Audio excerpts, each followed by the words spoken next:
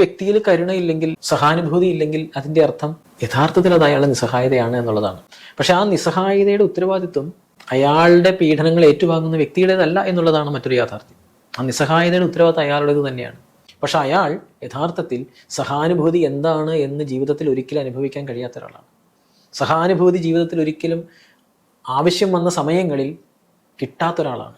സ്നേഹം അയാൾ ആഗ്രഹിച്ച സമയത്ത് ഒരിക്കലും അയാൾക്ക് ലഭിക്കാത്ത ഒരാളാണ്. സ്നേഹം എന്താണ് എന്ന് ജീവിതത്തിൽ ഒരിക്കൽ പോലും അനുഭവിക്കാൻ കഴിയാത്ത ഒരാളാണ്. അപ്പോൾ ആ വ്യക്തിയുടെ ബ്രെയിൻ സ്നേഹത്തെ ഒരു പ്രത്യേക രീതിയിൽ മനസ്സിലാക്കുകയാണ് ചെയ്യുന്നത്. സ്നേഹത്തെ അയാൾ എങ്ങനെയാണോ ഡിഫൈൻ ചെയ്തിരിക്കുന്നത് അതിനകത്ത് നിന്നുകൊണ്ടാണ് അയാൾ അയാളുടെ പങ്കാളിയോട് സ്നേഹത്തെ വിനിമയം ചെയ്യുന്നത്.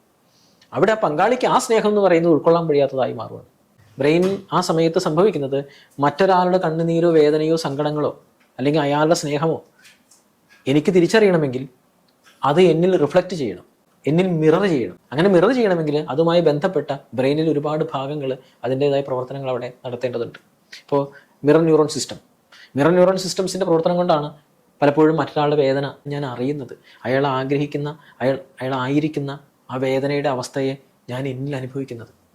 മറ്റൊരാളുടെ വേദന കണ്ട് കഴിയുമ്പോൾ കണ്ണുനീര് പൊടിയുന്ന ആളുകളുണ്ട്. മറ്റൊരാളുടെ ശരീരത്തിൽ രക്തം പൊടിയുമ്പോൾ ബോധം കിട്ടു വീഴുന്ന ആളുകളുണ്ട്.